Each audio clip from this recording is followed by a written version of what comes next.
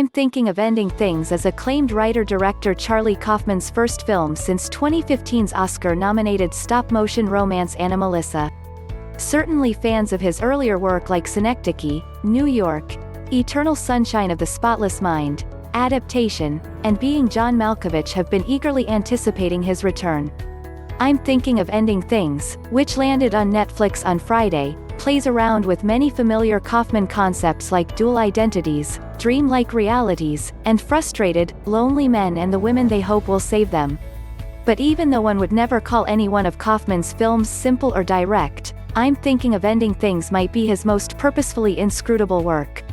Thankfully, there's help in the form of the novel that the film is based on. Iain Reid's novel of the same name, though plenty complicated in its own right, clarifies the central premise of Kaufman's adaptation and illuminates its abstract ending. What follows is an attempt to unpack Kaufman's film with the help of both Reid's book and one very famous Rodgers and Hammerstein musical. Spoilers, obviously, to follow.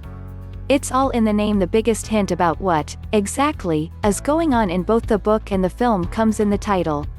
I'm Thinking of Ending Things is a phrase repeated both by the female narrator of the book and the film's central character, played by Jessie Buckley. We take it to mean that she's thinking of breaking up with her newish boyfriend, Jesse Plemons, while they're on their way to meet his parents. But this is a phrase that can also mean, I'm thinking of committing suicide, and by the end of the book it becomes clear that's the truer meaning of the title of the book. Everything we see with Jake, his parents, and this unnamed woman is taking place inside the head of an older man, a high school janitor, Guy Boyd, who is contemplating taking his own life. Jake is an idealized version of his younger self, and the woman is a fantastical version of a person he met once long ago.